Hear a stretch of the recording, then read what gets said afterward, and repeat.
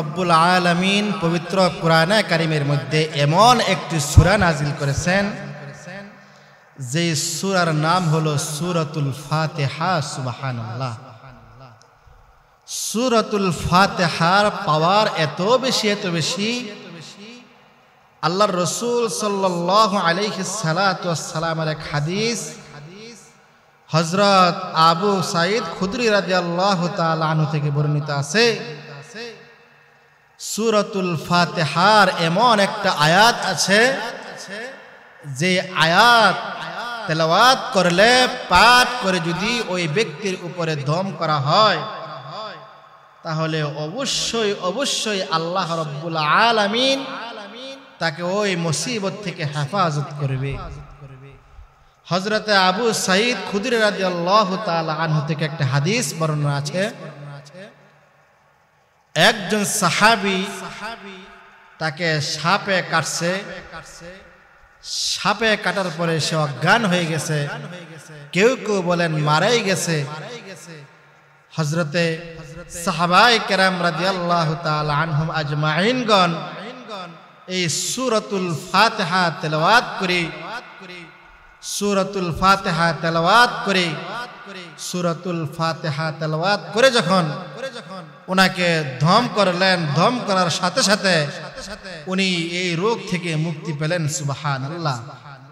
এই সূরা এমন একটি সূরা, আল্লাহ রাব্বুল আলামিন পবিত্র কুরআনে কারীমের মধ্যে বলেন, ওয়া নুনাজ্জিলু মিনাল কুরআনি মা হুয়া শিফাউ ওয়া রাহমাতুল লিল মুমিনিন।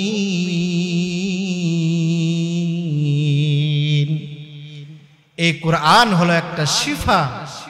কুরআনের কিছু আয়াত আছে এমন যাহা পড়লে তাৎক্ষণিক আল্লাহ রাব্বুল আলামিন সঙ্গে সঙ্গে সুস্থতা নসিব করে, শিফায়ে আজলা কামেলা দান করে।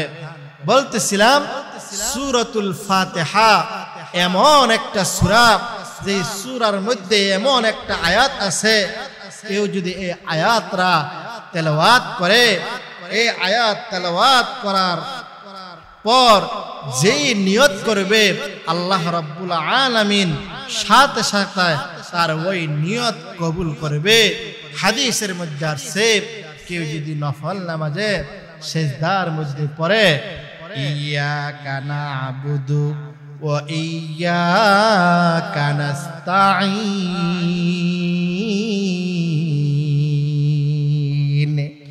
এই আয়াতরা কয়েকবার পড়ে যদি আল্লাহ রাব্বুল আলামিনের কাছে যখন যা চাইবে আল্লাহ রাব্বুল আলামিন তখন তাকে তাই দিবে, অর্থাৎ তার মনের নেক আশা আকাঙ্ক্ষা আল্লাহ রাব্বুল আলামিন পুরা করবে। সুবহানাল্লাহ। এই জন্য আমরা সদা সর্বদা যদি কোনো মুসিবতের মধ্যে পড়ে থাকি, কোনো বিপদের মধ্যে পড়ে থাকি, কোনো সমস্যার মধ্যে পড়ে থাকি, সমস্ত সমস্যার সমাধান, সব চিকিৎসার ঔষধ হলো সূরাতুল ফাতিহা, সব সমস্যার সমাধান হলো সূরাতুল ফাতিহা। আমরা এর উপরে আমল করব। আল্লাহ তাআলা আমাদেরকে তৌফিক দান করুক। সকলে বলেন।